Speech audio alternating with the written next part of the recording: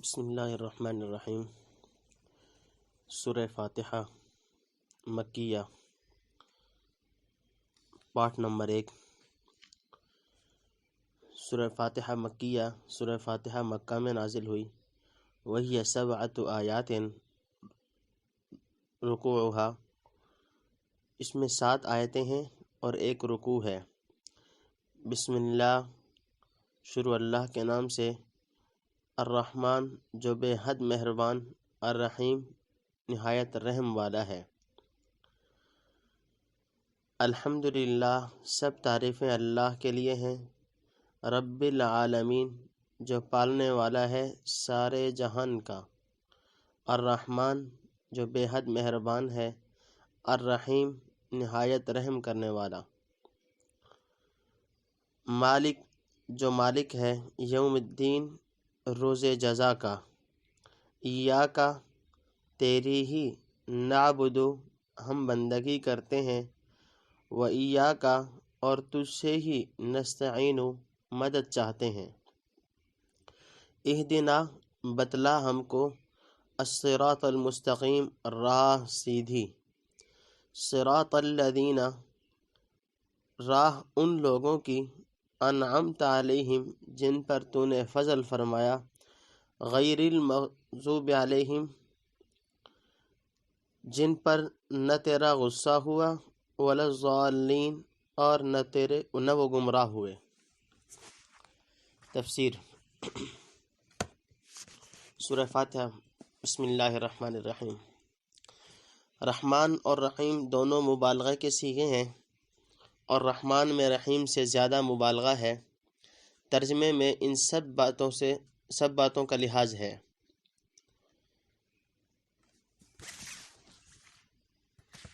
ہر تعریف اللہ کے لیے ہے، یعنی سب تعریفیں عمدہ سے عمدہ، اول سے آخر تک جو ہوئی ہیں اور جو ہوں گی خدا ہی کو لائق ہیں، کیونکہ ہر نعمت اور ہر چیز کا پیدا کرنے والا اور عطا کرنے والا وہی ہے، خواہ بلا واسطہ عطا فرمائے یا بواسطہ، جیسے دھوپ کی وجہ سے اگر کسی کو حرارت یا نور پہنچے تو حقیقت میں آفتاب کا فیض ہے۔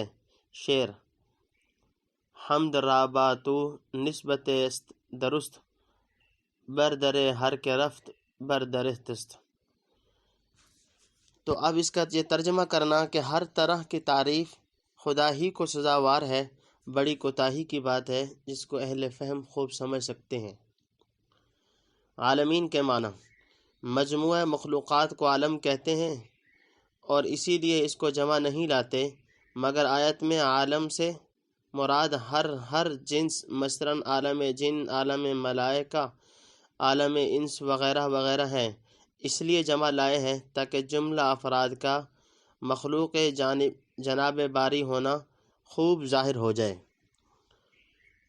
اس کے خاص کرنے کی اول توجہ تو یہی ہے کہ اس دن بڑے بڑے امور پیش آئیں گے، ایسا خوفناک روز جو نہ پہلے ہوا نہ آگے کو ہوگا۔ دوسرے، اس روز بجز ذات پاک حق تعالیٰ کے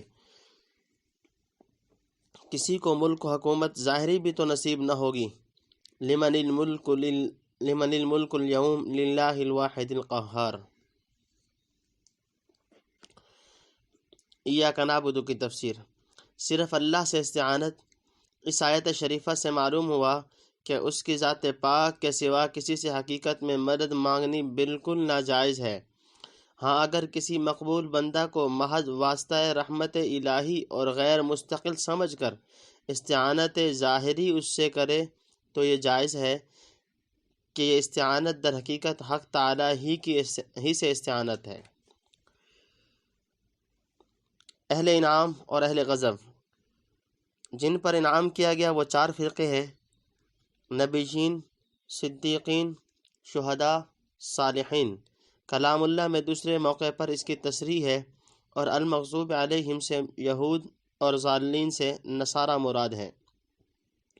دیگر آیات و روایات اس پر شاہد ہیں، اور صراط مستقیم سے محروم کل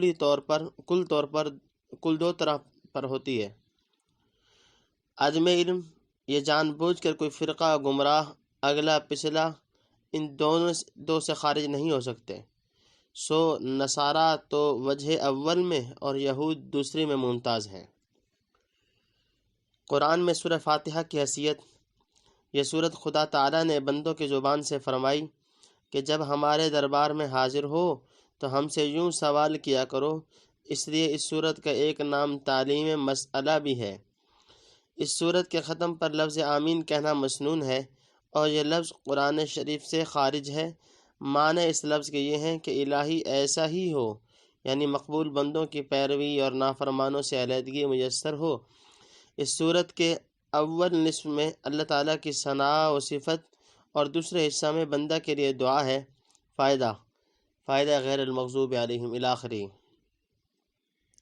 الذین کا بدل ہے یا اس کی صفت ہے، اس لیے اس کے مناسب ترجمہ کیا گیا ہے۔ بعض تراجم دہلویہ میں جو اس کا ترجمہ کیا ہے خلاف ترکیب و خلاف مقصود واقع ہوا ہے۔ سورہ فاتحہ اپنے اختتام کو پہنچی۔